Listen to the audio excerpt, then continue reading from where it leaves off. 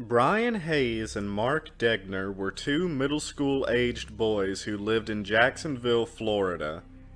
Best friends, 12-year-old Bryan and 13-year-old Mark attended Paxon Middle School, now known as James Weldon College Preparatory School, and were in the same special education program.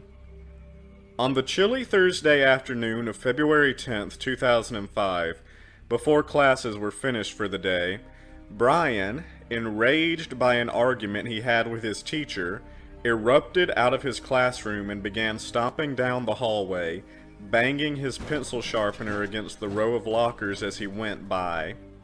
Bryan would soon meet up with Mark, and the two boys would leave the school and head toward the campus's baseball field. Eventually, they made their way to the chain-link fence that surrounded the school property. Passing through a metal gate, both boys vanished without a trace, with only one person spotting them from a distance as they made their getaway.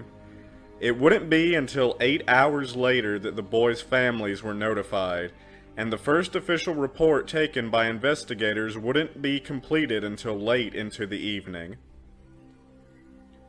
Now, it isn't known if these two boys had planned to run away from school, if someone had persuaded them to do so, or if they decided to do so on their own on the spur of the moment. Much like with the mysterious disappearance of Aisha Degree, which I covered previously, the boys' motivation for leaving school is an enigma, and understanding their reasons might be the key to understanding where they went and what happened to them. This case is unique in that it is not only a double disappearance, but a disappearance in which both missing persons were afflicted with medical conditions that seemingly would prevent them from getting very far after vanishing. Mark had a developmental delay, being 3 to 5 years behind his chronological age. Mark also had bipolar disorder, as confirmed by his father, Preston. Some of the limited and conflicting reports on the boys' background state that Bryan had bipolar disorder as well.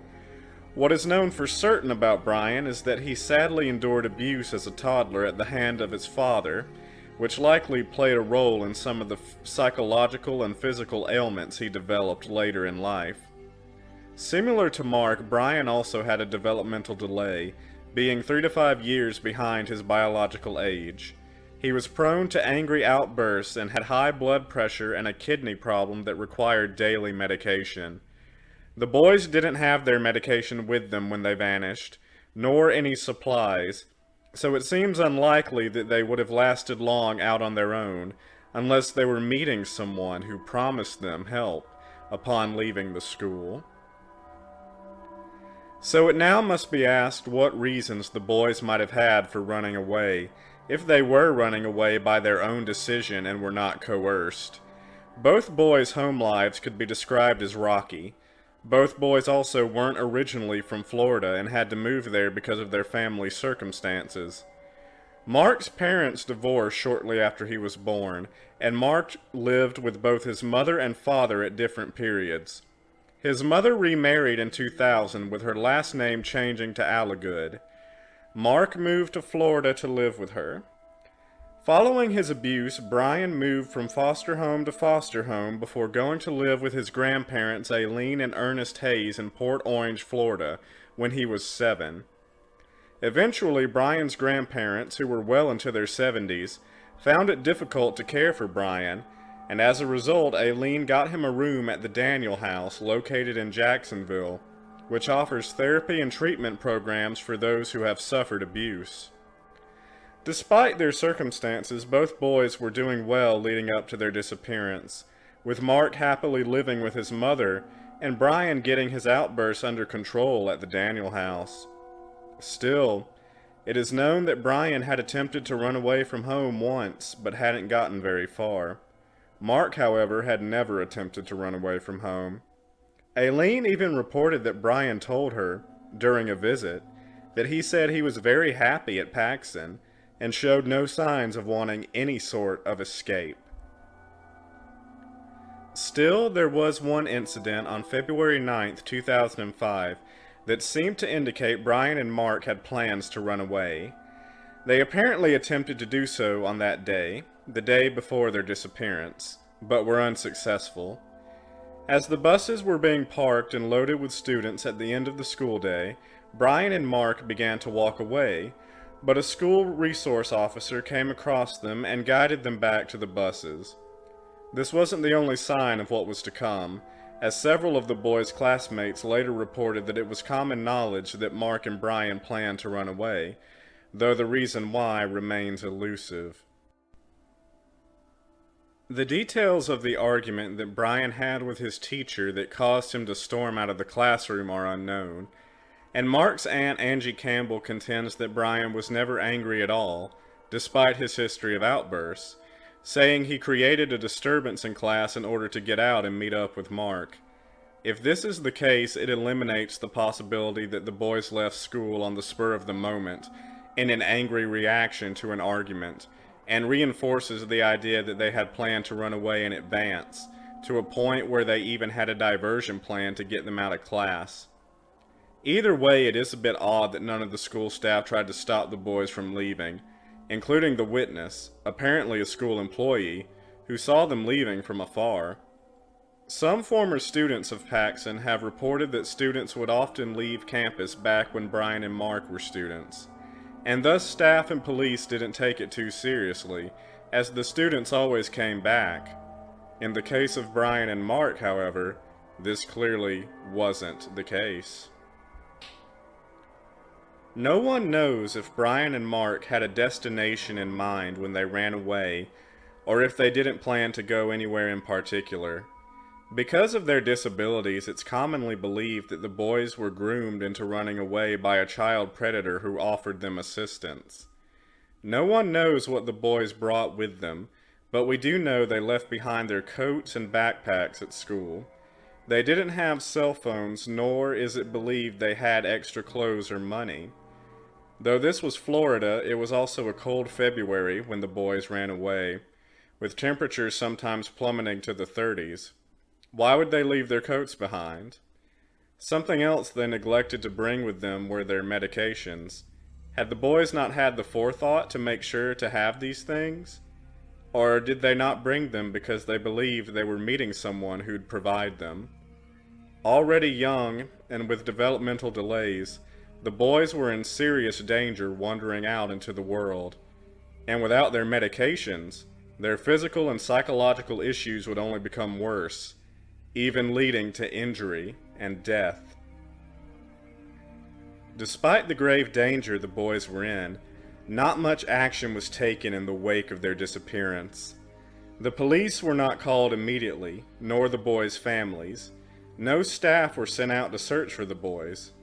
Instead, a single voicemail was left for the school's resource officer, alerting him that the boys had left school. Bryan was finally reported missing at 6:00 p.m. by the Daniel House staff, about 5 hours after he left Paxon Middle School campus. It would take another 3 hours for Mark to get reported missing after his mother returned from work and discovered he'd never come back from school.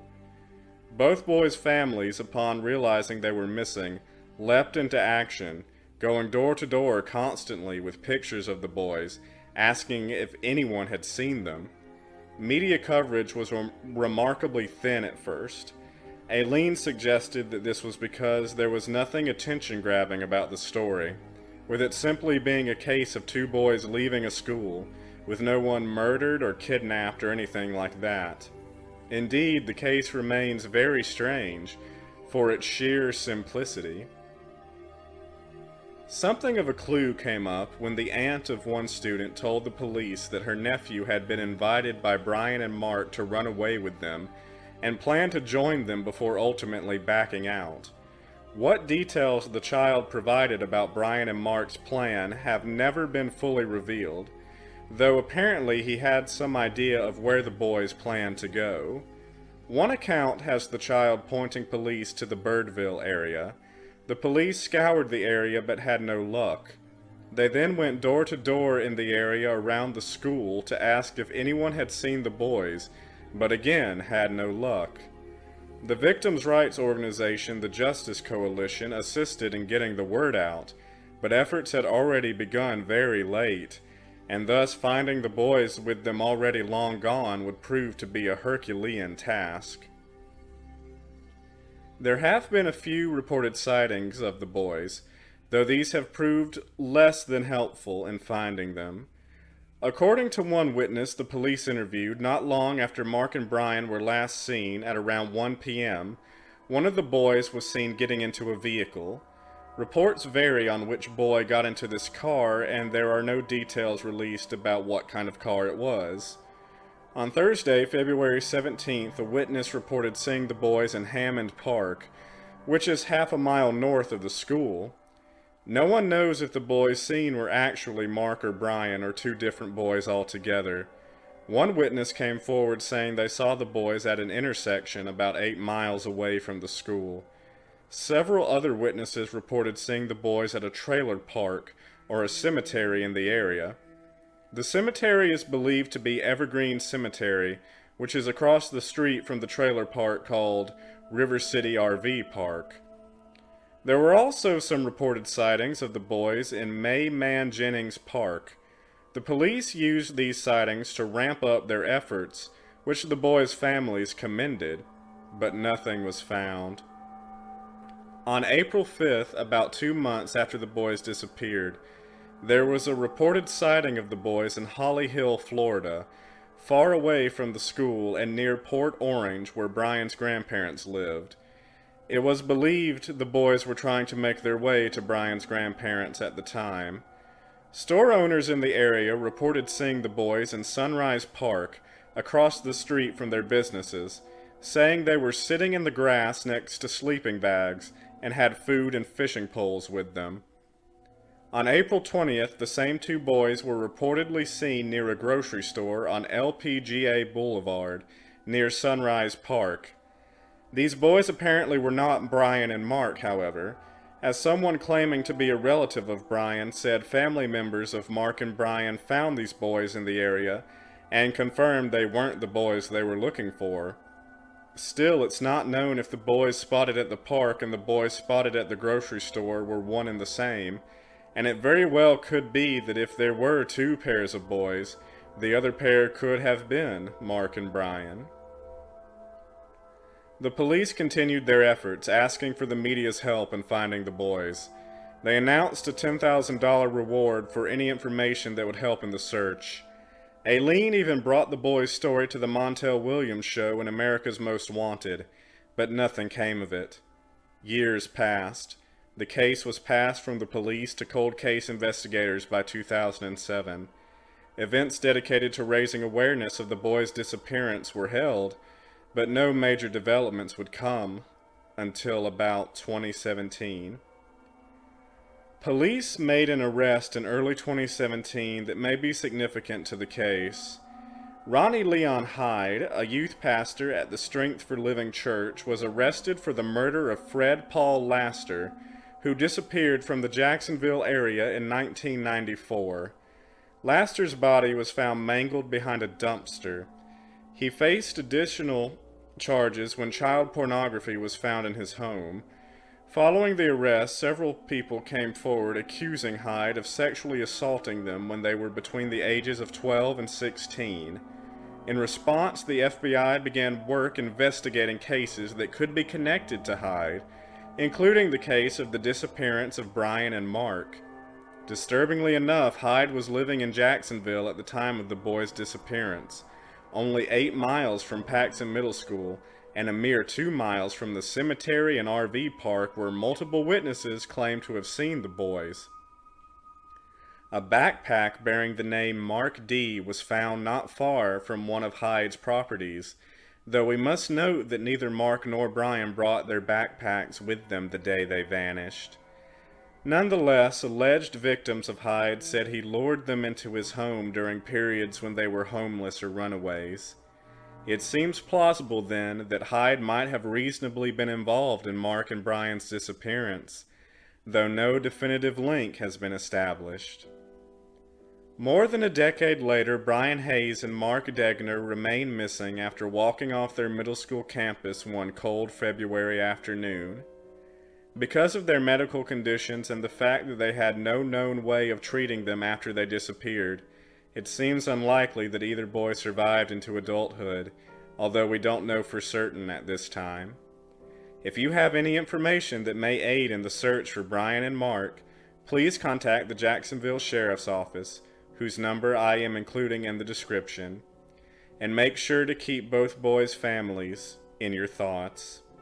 Thank you guys. Stay safe out there, stay spooky, and remember to not get scared out of sorts.